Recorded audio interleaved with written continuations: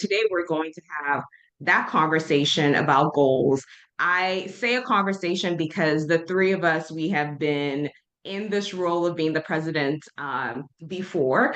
And in this capacity, the club has larger goals. But today, we really want to hone in on your personal goals. So, welcome, Lisa. Lisa, do your hand wave or your queen wave or whatever you're going to do. Thank you. And our second panelist, and just who's going to be part of this discussion with me, is Christina Scott. Tina is actually the president who just finished as our president for She Leads, She Speaks. And she's looking happier and rested post her presidency, even if it's only been, 13 days. So I feel like sunshine has returned now that the weight of the club is off her shoulder, smiling. But on a more serious note, we're going to chat today about goal setting. So let me just start off by asking these two wonderful ladies, from your perspective, why is it important that we should set goals in the first place? What's the purpose? Why should we set goals? Why should we care? Lisa, Tina. I think it is that word, right? It's purpose, right? If you want to just go about life, or perhaps you just want to come to a Toastmasters meeting and just enjoy it, you can. But putting a little bit more purpose behind why you are going to meetings, why you are giving speeches, is really going to enhance your experience, not only in the club, but just with yourself professionally and personally. And so that's what I think about in terms of goals, not necessarily being bound by them, because I think Lauren raised a good point in her speech that whatever we envision, we're not necessarily beholden to that vision, right? Your vision can change, it can morph with your values, your goals, and such, and that's perfectly okay. But having a goal at least gives you your North Star so that you can begin taking steps to enhance whatever it is that you're trying to accomplish in your area or in your spaces. Thank you so much, Lisa. And Tina, why should we care? What's the purpose of setting goals in the first place? Yeah, I mean, I agree with what Lisa said about purpose. I love the idea of a North Star, right? I imagine someone who doesn't set goals to be like on a boat without a sail that's not really going in a direction and can kind of just end up somewhere. You get in a boat, you don't have a direction, you can end up in Antarctica when you really wanted to go to Jamaica. So I think it's important to set goals so you can really help to set a direction for yourself, for your vision. And inside Toastmasters, outside of Toastmasters, it's really helping us to put a target somewhere on the thing that we want to accomplish. Thank you, Tina. So for our audience, my next question is really for you. Are you setting goals at the beginning of this Toastmasters year? And no, it's not a rhetorical question. I'm actually asking for real. Are you setting goals? Put your comments in the chat. Do you have any concerns about setting goals? Have you set any goals? Where are you at just in terms of the timeline of your goal setting? Do you have any? Do you not have any? Where are you at? That way we have a sense of who we have in the room. Okay, so Ashley says not yet, but it's on her to-do list. Okay, I like it. You're thinking about it. Okay, so Nisha, this was a private message, but I think she meant to send it to everybody. She says, I've been planning and setting goals for years. Vicky says I have goals in mind. Come on, that's only three. Everybody else, I'm going to assume that you have no plan, and like Christina, you're journeying to nowhere. Okay, so I see Benny says yes, but I'm figuring out this next phase as I navigate. Okay. Um, I've set about 10 for the year with rolling timelines. All right. Shannon says, I have a personal goal to conduct 2 speeches this year. Okay, so it seems like generally speaking, the individuals in the room understand that we should be setting goals, or at least thinking about it. Um, have it in mind, as Buki says. And so, how do we move from? So, we talked a little bit about the why you should set goals. Now, we want to talk about the what, because I think a lot of people like the idea of goal setting, But if you're someone who you keep up with the science, you know that at the beginning of the year, and we're at the beginning of our Toastmasters year, but at the beginning of the calendar year, a lot of people set goals. And if the Harvard Business Review is to be believed, according to them, 85% of people who set goals abandon their goals by the second month. That's pretty alarming stuff.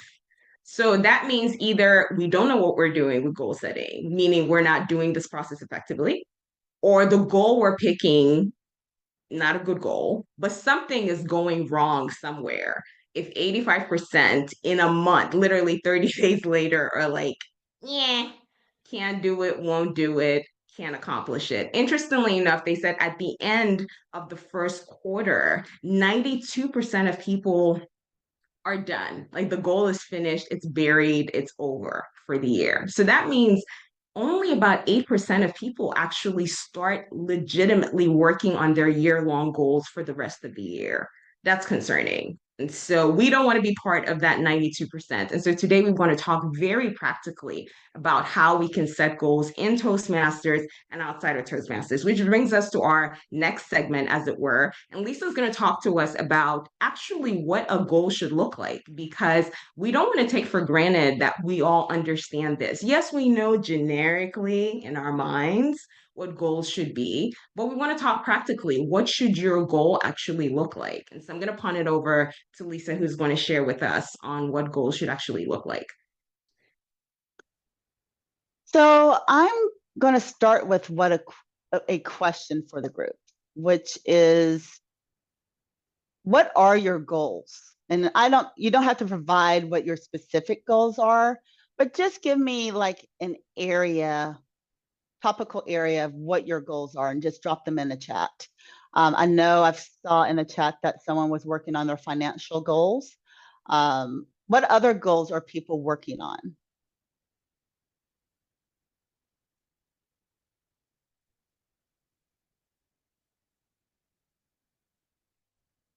I see wellness. I see to be great. I love that self-care goal. What other goals are people working on? See, health, career, friendships, business, relational. I love it. Personal development, real estate goals. You don't know it, and hopefully you will once I start talking a little bit more about it. But all of the goals that you have listed are somewhere in wellness range, right? There are occupational goals in there. There are financial goals. There are health goals. Some of it is mental and emotional goals that we have out there. And that's where a lot of our goals are, right? Because goals come out of something that we want to do, or as responsible adults, we should be working on, right?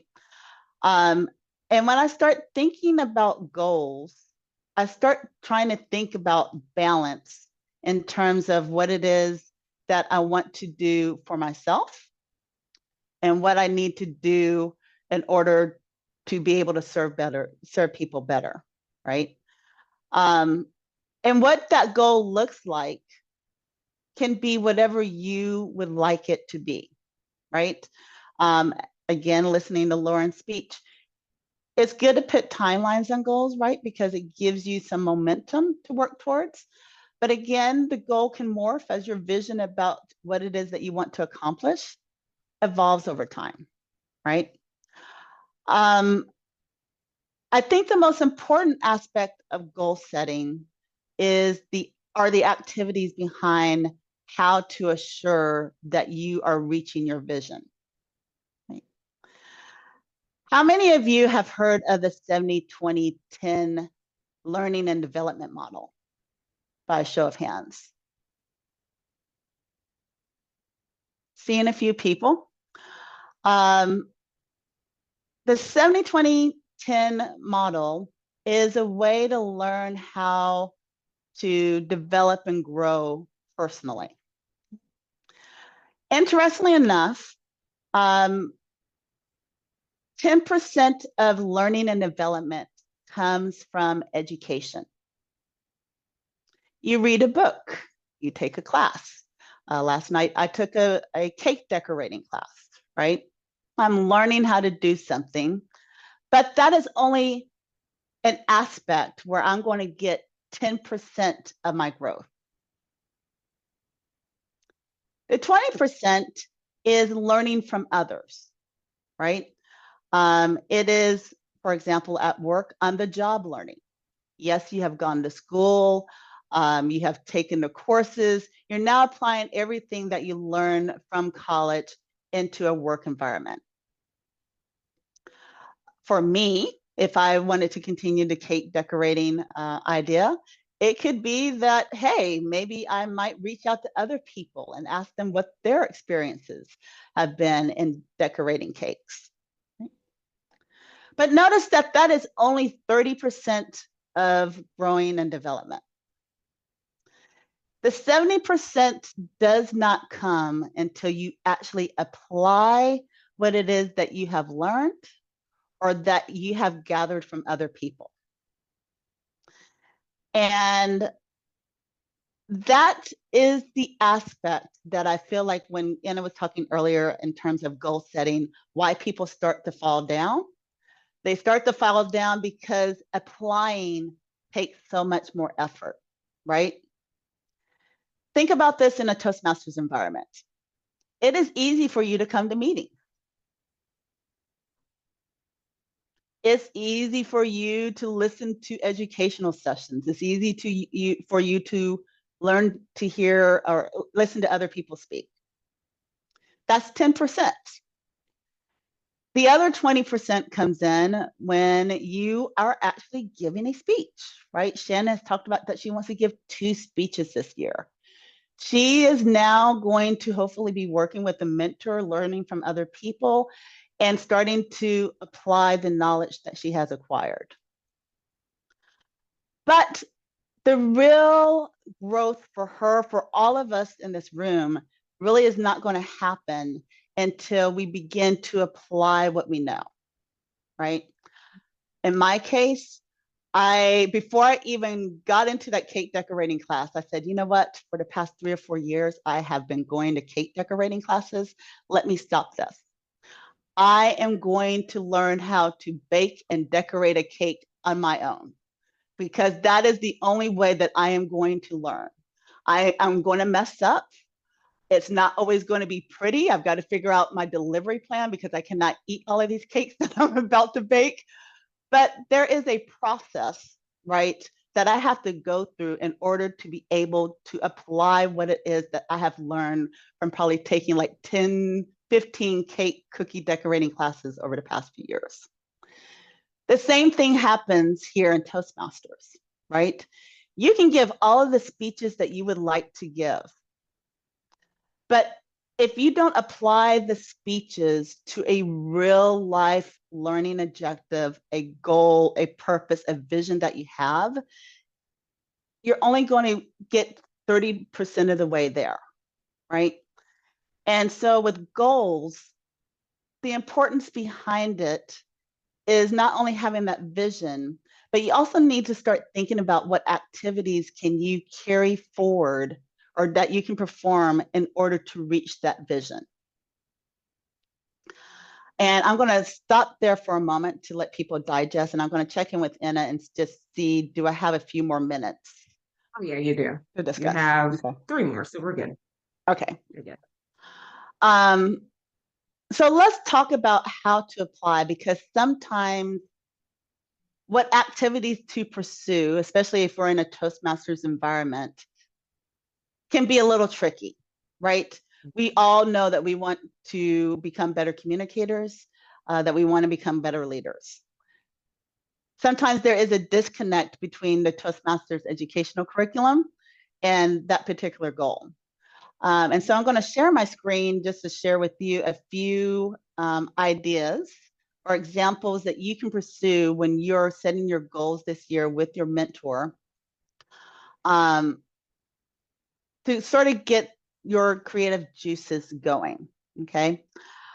Some of the examples that I have here, come from my own experience, might be also from people in this club that I know are going or undertaking certain tasks or goals throughout the year. But I'm just going to walk through a few of them. I'm going to give the handout to everyone after I finish speaking so that you can have it. And like I said, think of it as your brainstorming exercise for yourself.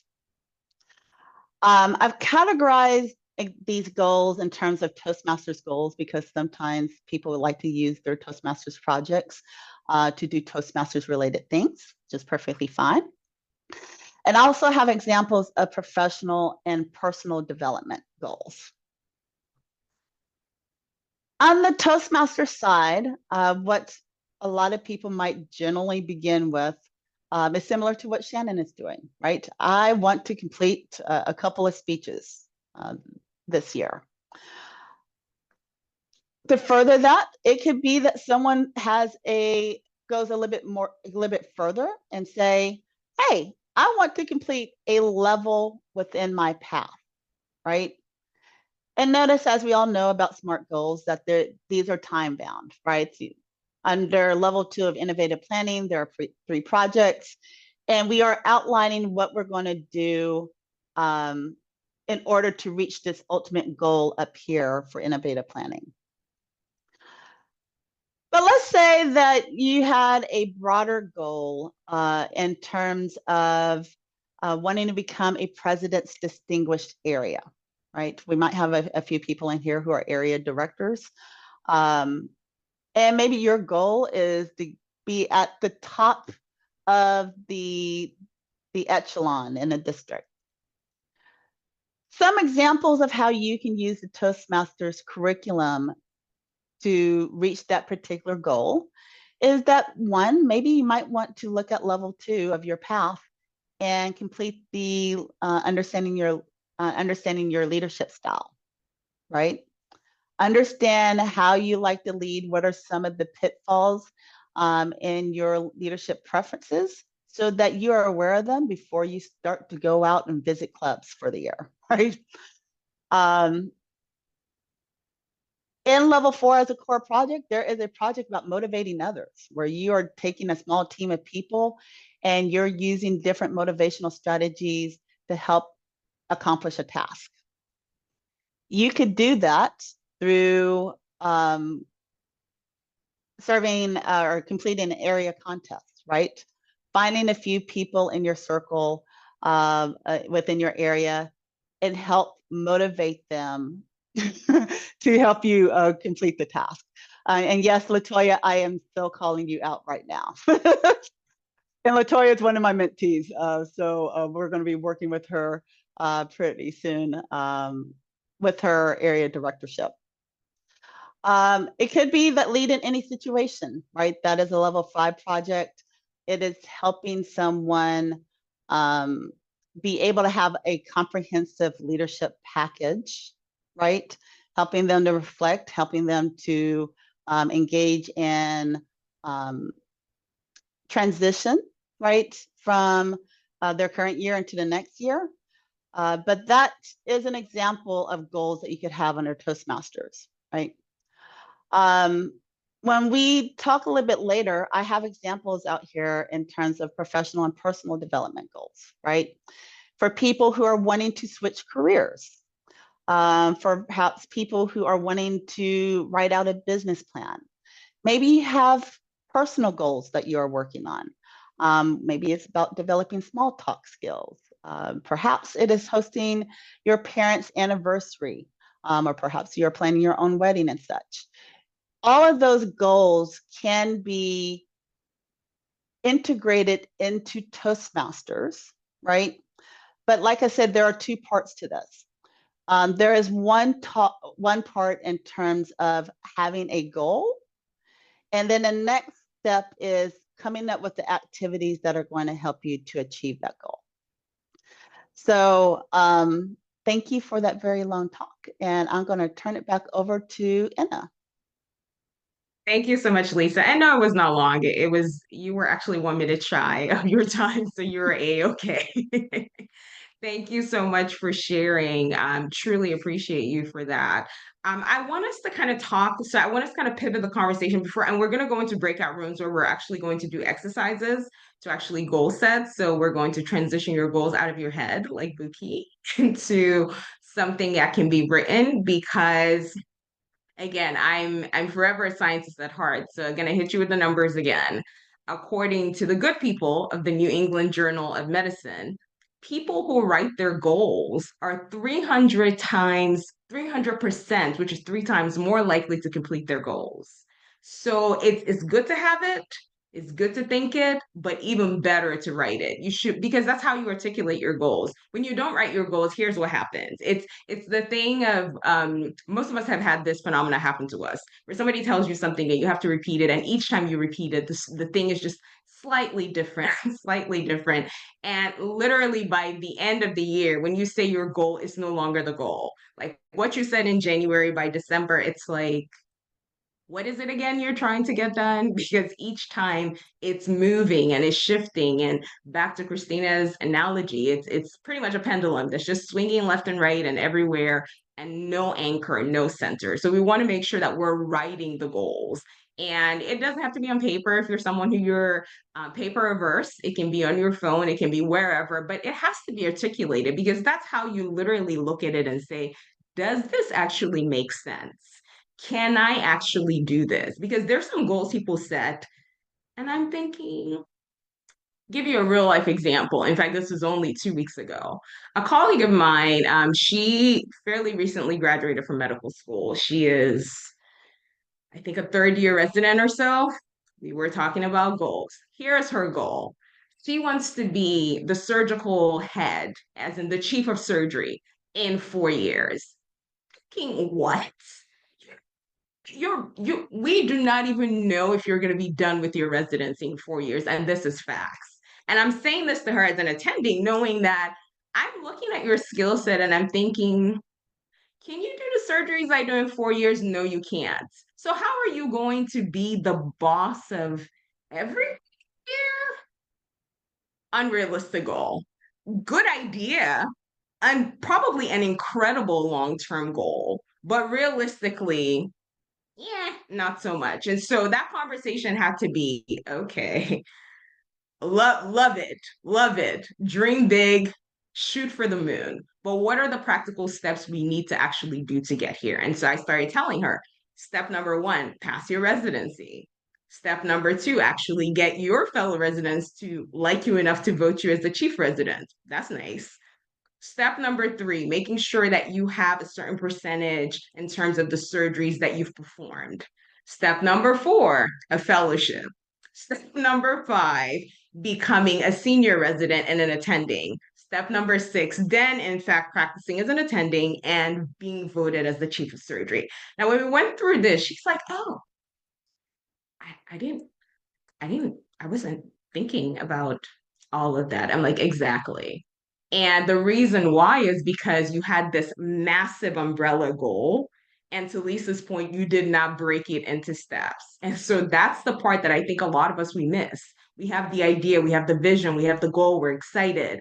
But do we go back to say, okay, these are the practical steps I need to take? Because usually that's what will give you the reality check to say, okay, these are great ideas, but what's the time? What are the resources that are necessary to actually get this thing done?